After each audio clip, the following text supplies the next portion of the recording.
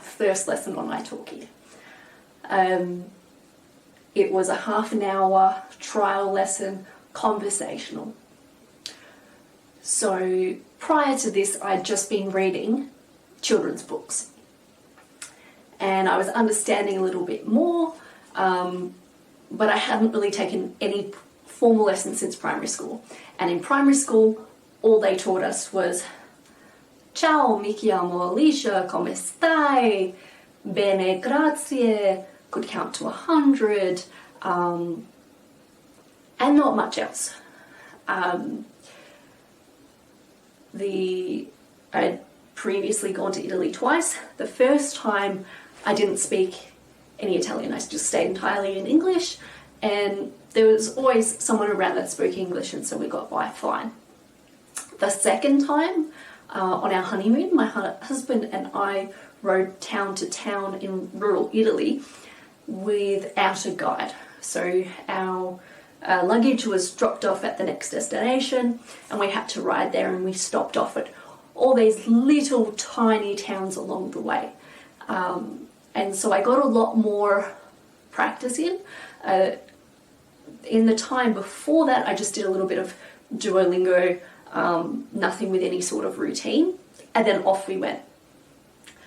And it was such an impactful trip that I knew I wanted to study the language. And so we came back, over a year went by, and like with anyone, if you want to learn a new skill, I started YouTubing what to do and how to go about it. And I came across this recommendation to read children's books, so I did that. And then I wanted to speak. That's my motivation for learning the language. I like the connections with other people.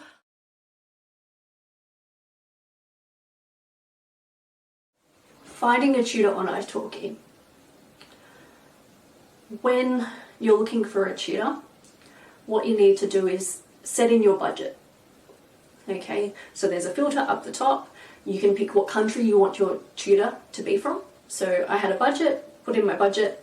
I wanted my tutor to be living in Italy, so I filtered it just to Italians living in Italy and native speakers. And I wanted some tutors just for conversation practice, and I wanted other tutors that would teach beginners and teach a full curriculum, so teach you from scratch. And then what I did is you get a list of profiles, and there's a video. The video was probably the most important part for me. I needed someone I could understand. So I watched their video in Italian and in English, needed to understand both. I wanted a good vibe, someone that I thought I'd be able to connect with. So I looked for people that had, similar jobs outside, or also similar hobbies, and also similar age groups as well. I also then read their description to see what they did teach, what they didn't teach, and then I looked at the reviews. Now, the thing that you need to know about reviews on Italki is that they're not anonymous. You can see who left your review. So you will notice every tutor has a 5-star rating. Okay, that's not a coincidence. When you're reading those reviews, what you need to look for and read are the people who have been using that tutor for a long period of time. You can actually see next to their name how many lessons they've had with this tutor. So if you see someone that's had lessons with this tutor for more than 30 lessons, then you know that the tutor is reliable. You can trust what that person is saying. Obviously they like the person, otherwise they wouldn't go back. There's no incentive to stay with a tutor that's not working for you, and see if it's a good fit. And for me, that's been fantastic. And all my tutors have been amazing. Some I've used for just conversation practice, and other tutors, particularly my main tutor, has been teaching me all the grammar, all the language, as well as conversation practice. what was my first lesson like on Italki? My first lesson I booked after watching some reviews of Italki and recommendations about language learning from YouTube. And so on the 1st of March last year, I dove into the deep end. I booked a 30-minute conversation class, and I have never been so nervous in my life. Well, probably not true. There's probably other times where I've been more nervous, but my hands were sweaty. They were dripping sweat. So I did pretty much no preparation prior to this lesson. It started off, hi, how are you? Where do you live? That normal getting to know you sort of stuff. And then he asked me how long I'd been studying the language for. And I said, a few weeks. And he said, how have you been studying the language? And I said, libri per bambini. And he's like, okay, which books? And I think he was expecting some higher level books, but I started reading him the titles. One was about a monkey that lost its family in a forest and it needed to go find its mum. You can think of it like a Winnie the Pooh adventure book. And he asked me what it was about, so I opened up the book because I needed the vocabulary and recounted him the book.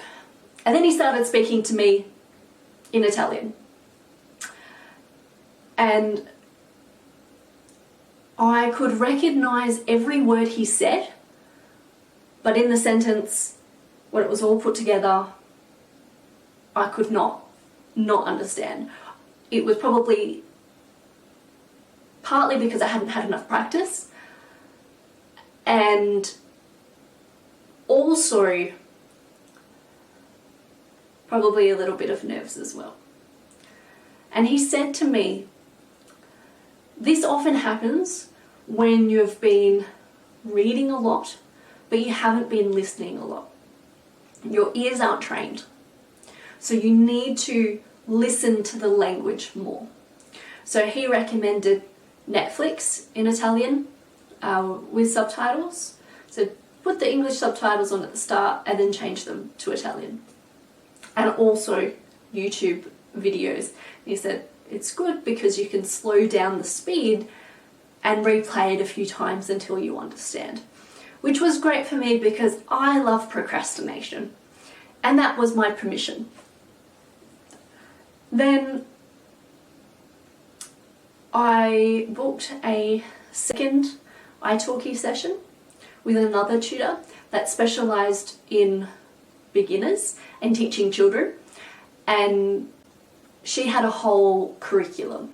So I prepared for her lesson a bit more. I'd written down a bit of an introduction of myself, and I said to her, look, I've prepared this at the start of the lesson, can I read it? And basically I read it out to her. I had a little bit memorized, but mostly I read. And then she said, where do you want to start?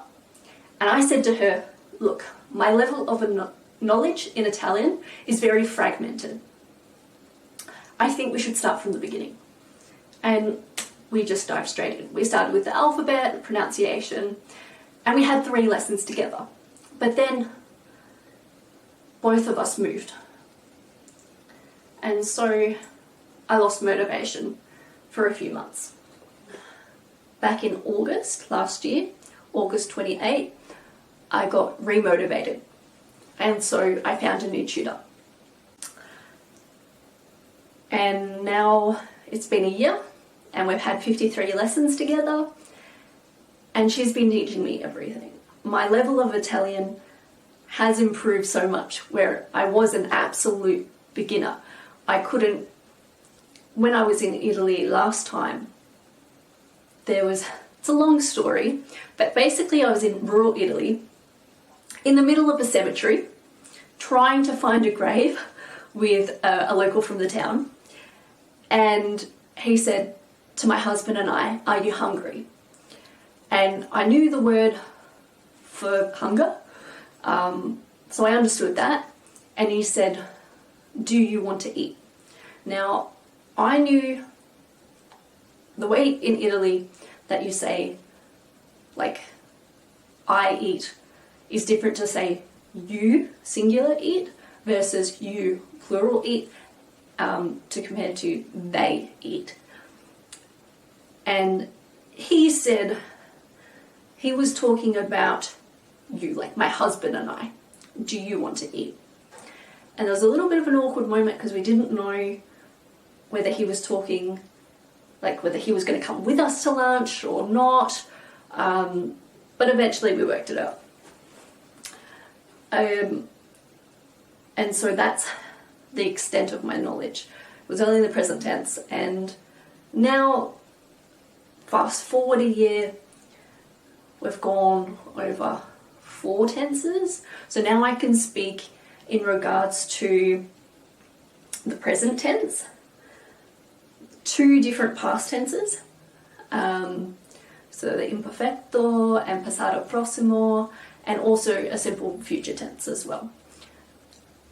And because all the lessons are spoken and it's one-on-one, then I'm constantly practicing speaking, and I'm not writing anything down in these lessons. It's all just going into my head and absorbing. I don't learn everything automatically and remember it all, but slowly I'm building on that foundations, and my confidence in speaking has improved a lot.